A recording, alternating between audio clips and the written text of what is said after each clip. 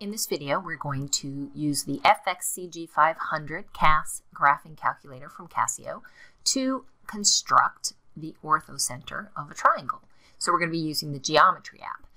This is the calculator right here. If you have the handheld, it looks very much like this. I am using the emulator software, but this is what the handheld looks like. So you'll notice it's got a very large screen. Here's our menu items, and it is a touch screen, so if you have the handheld, you can use your fingers or the stylus that comes with the calculator and touch screen. And when you choose the geometry, what you notice is you have quite a large screen compared to other graphing calculators to work in. Now I'm in the emulator and I'm going to change the view in a moment, because the nice thing about the emulator is you can change to a resizable screen so that you can actually make this screen space, the work area, much larger, which is very nice when you're working with large groups of people, students, or maybe even teaching online, so you can show all of your screen and not just this small. So decide how you want to use it, obviously. If you want to be matching exactly what students are doing, then stay in this mode. But if you want to change to a larger view screen, you're going to hit the resizable mode in the emulator. So all I did was right click, and now I have a much bigger screen. So it's the same screen area, same tools, same everything, except just a larger area to work with. And it's resizable, so I can make it kind of be whatever I want. So we'll work in this for a little bit and just then toggle back so you can see the difference. We're going to construct a triangle. There's several ways to do that. I could use the segment tool. So that's over here where you see the picture icon. So here's the segment. I could also go to the draw tool and find the same objects there spelled out in Word. So however you choose to use it. I like to go to special polygon or the triangle tool and choose triangle. And the reason is, so you'll see here that it's highlighted, this makes a triangle in one step. So if I just click on the screen, there is my triangle. And it's a generic triangle, meaning it can be any triangle simply by dragging a vertex to a different location. So if I were to grab the vertex, so I'm going to select it, notice how it's slightly highlighted, hold my mouse down or my stylus or my finger and move this point somewhere else, then the triangle changes. And now I can make as many, infinitely many examples of any triangle, which is what you want when you're trying to discover properties. You want it to be true for all triangles, not just specific types. So once we have our generic triangle, we can make the other triangles from it.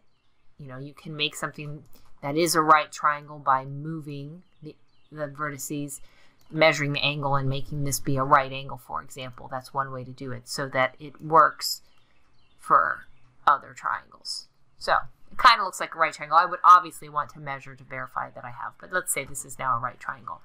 So we're making the orthocenter, which is the point of concurrency, so we're intersecting, of the altitudes from each vertex of a triangle. So to construct the altitudes, you basically need the point, the vertex, and then the perpendicular. You're dropping a perpendicular down to the side that is across from that point.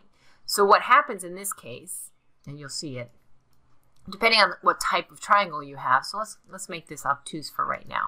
If I want to drop the perpendicular from, say, C to the side across from it, I'm going to be able to actually see that it's perpendicular. So let's do that now. All you have to do is select the point you want to have the perpendicular go to, which in this case would be our vertex, and the side you want it to be perpendicular to. And then you go to your draw menu and choose construct, and here's where you have your perpendicular. We don't want perpendicular bisector because that means it has to go through the midpoint of the side, and that's not what we're interested in, the altitude, which is the vertical distance, perpendicular distance. So I'm going to choose perpendicular here, and it's going to drop a perpendicular. And I could verify this is a perpendicular angle by measuring that. If I don't believe it, I can look up here and see that it is a perpendicular. If I click that, it shows over here. I didn't have to. I could just verify it by looking and testing. And as I move that vertex, oops, I want to make sure you actually are on it, you can see that that perpendicular remains. And so here's what happens, which often confuses students. If my triangle is something like this, I've moved the C to a different location, it's still a perpendicular, and technically it's still perpendicular to this side. We are just missing, because remember, sides are just segments and parts of entire lines, and so we don't see the rest of this line, but this is still perpendicular, and this is where students get maybe a little confused. So it does help to start your perpendicular so they can actually see that it is perpendicular to the side, and then when we change to a different triangle, the perpendicular still exists, the altitude still exists, even if the side that we see, the part that we see of the line, is not there anymore. So let's do the rest of them. So again, you need the point you want to have the perpendicular go through, and then the side you want it to be perpendicular to. And right now I can predict that this one is not going to look like it's landing on the side. It's going to come out here somewhere. But let's hit that perpendicular, and you'll notice that the tool is still available for me up here because it's the last tool I use. So all I have to do is click it and it will make that perpendicular. So as you can see, it's out here somewhere, right? And it looks like these two altitudes, perpendiculars, are intersecting. So let's do that third one and see where we go. And we might even want to change our view. So anytime if things are getting kind of too big, you can either change your object or you can zoom in, zoom out. So let's zoom out a little bit so that we see these a little better. And I'm just using my mouse to kind of arrow up. All right, so let's do the last one here, the last altitude. So from the point to the side opposite it, we want to drop that altitude or that perpendicular. So notice the point of intersection here, and maybe we make our triangle just a little smaller. That might help us see things a little better here.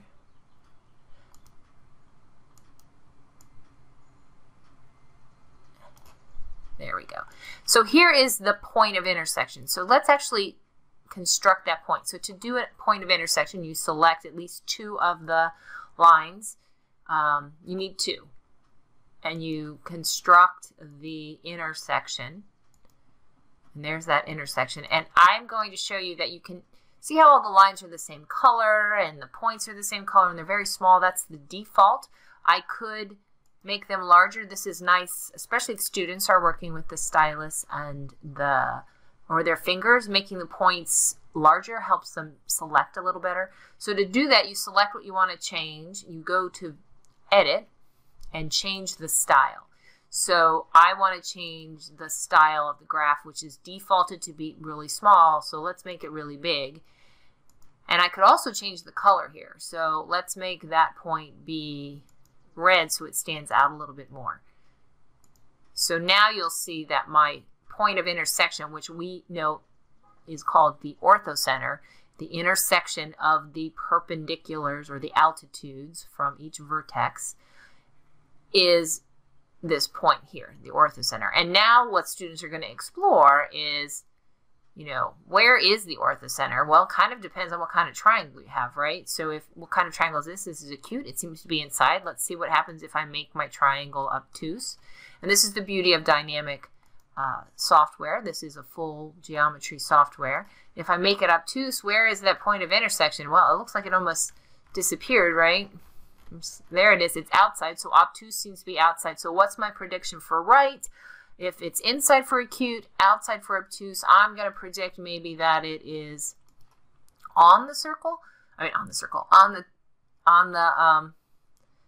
the triangle. So I need to make a right angle. And again, here's where I might want to measure this angle so that I can be sure I'm making one that is correct. So let's measure just that one angle right there. Oops, I have something else selected. A good habit is to always click in a white spot before you try to do something so that it actually will measure it. So that's 92, so I'm not quite at 90. But what do you think is going to happen? It looks like as I get closer and closer to 90, pretty darn close, that point, so pretty much rounding that as a 90 degree, that orthocenter is actually at the 90 degree angle, at the intersection of that perpendicular, that right angle. So interesting things that students can observe, they can measure, is, are all these lengths the same, those types of things. So once you've constructed it, the dynamic capabilities allow you to explore, and that's what we want students to be doing. So that's how you construct the orthocenter of a triangle.